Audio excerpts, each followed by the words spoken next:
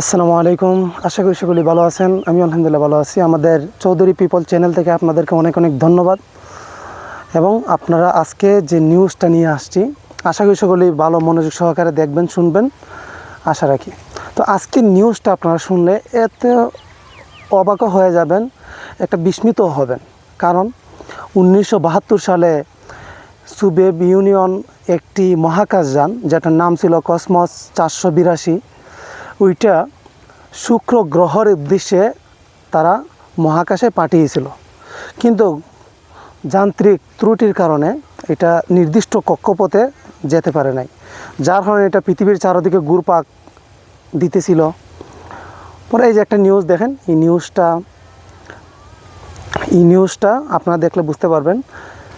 এই নিউজটা আপনার তারা নাসা থেকে তারা আপলোড করছে যে আগামী এপ্রিল-মে মাসের লাস্টের দিকে এটা পৃথিবীর যে কোনো প্রান্তে পড়তে পারে। হয়তো বা আপনার বাড়িতেও পড়তে পারে, আমার বাড়িতেও পড়তে পারে, যে কোনো রাষ্ট্রে যে কোনো জায়গায় এটা পড়তে পারে। কারণ এটা মানে স্যাটেলাইট, যেটা আপনার তাদের যে একটা আয়ত্তি ছিল, এই আয়ত্তি থেকে চলে গেছে এবং এটা এখন যে কোনো জায়গায় যে কোনো স্থানে ধ্বংস হতে পারে। এটাই আমাদের জন্য একটা ব্যাড নিউজ, একটা দুঃসংবাদ। তো এটা ধরেন, এটা যে জায়গায় পড়বে এই জায়গায় অনেক ক্ষয়ক্ষতি হইতে পারে।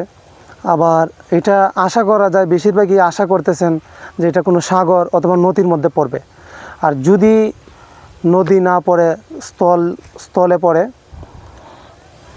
তাহলে ক্ষয়ক্ষতিও হওয়ার সম্ভাবনা বেশি। কারণ এটা তো অনেক আগের, যেটা বাড়ি জিনিসপত্র আছে, যদি বাড়ি ঘরে পড়ে তাহলে মরারও সম্ভাবনা আছে। আর আপনার আরেকটা গুড নিউজ হইল, যার বাড়িতে পড়বে সে কিন্তু কোটিপতি হয়ে যাবে ভাই। যার বাড়িতে পড়বে সেই কোটিপতি। কীভাবে হবে কোটিপতি? কারণ স্যাটেলাইট অথবা যে কোনো কোম্পানির মহাকাশযান, ধরেন বিমান, তারপর হেলিকপ্টার, এগুলো যদি কারো বাড়ির উপর পড়ে কোনো ক্ষয়ক্ষতি হয়, তাহলে তাদের কোম্পানি থেকে ক্ষতিপূরণ দেওয়া হয়। ক্ষতিপূরণ হিসাবে সরকারি যা বাজেট করবে তাই দিতে হবে। সরকার যদি বলি এখানে 2 কোটি টাকা দিতে হবে, 2 কোটি তারা দিতে হবে। মানে ক্ষতি অনুযায়ী সরকার যা বলবে তারা তাই প্রদান করতে হবে।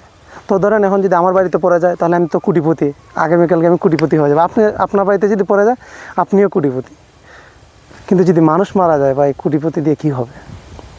আজকে নিউজটা ছিল এটাই। আর অনেকে মন্তব্য করছেন যে ভারতের মাথায় পড়বে অথবা ইসরায়েলের মাথায় পড়বে, তারা খুশি হবে। দেখেন, আমি অনেক কমে শেয়ার করছি, এগুলো দেখতেছেন। মানে তারা ভারত চাইতেছে ভারতের উপরে পড়তে, অনেকে বলতেছে ইসরায়েলের উপর পড়ুক, অনেকে বলতেছে তার উপর পড়ুক। আসলে সবাই দিন শেষে সবাই মানুষ। তো আজকের জন্য এখানে ভিডিও শেষ। এটাই আপনাদের কাছে পৌঁছানোর উদ্দেশ্য ছিল। আসসালামু আলাইকুম।